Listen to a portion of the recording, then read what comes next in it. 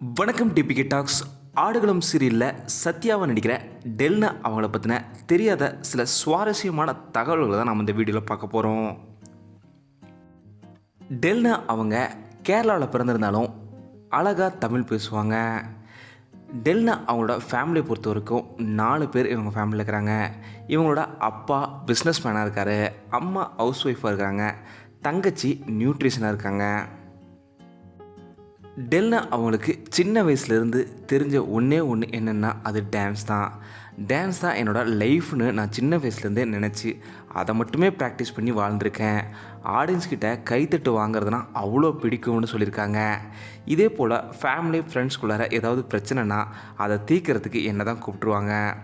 அப்போலேருந்தே family friends எல்லோருமே நீ பெரிய ஆள் ஆனதுக்கப்புறம் வக்கீலாக மாறணும் அப்படின்னு பல இடங்களில் சொல்லியிருக்காங்க.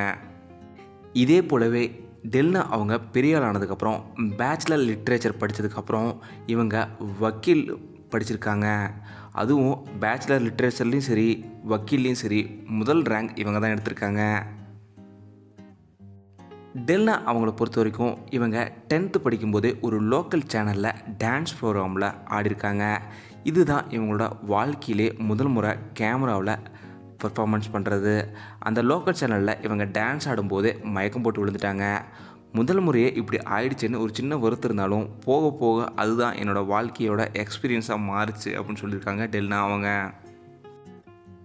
அவங்கள பொறுத்த வரைக்கும் பிரியங்கா சோப்ரா அவங்க தான் என்னோடய ரோல் மாடல், இன்ஸ்பிரேஷன் எல்லாமே. அவங்களோட போல்ட்னஸ் பார்த்து தான் நானும் மீடியாவுக்குள்ளே வரணும் அப்படின்னு ஆசைப்பட்டேன்னு சொல்லியிருக்காங்க.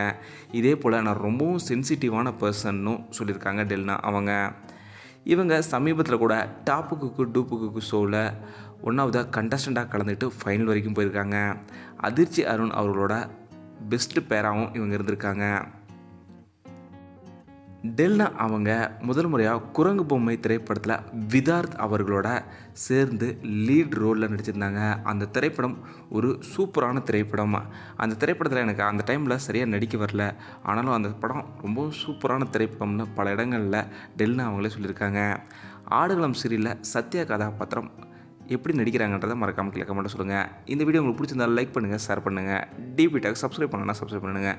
மறக்காமல் பக்கத்தில் பெல் ஐக்கானை கிளிக் பண்ணிடுங்க.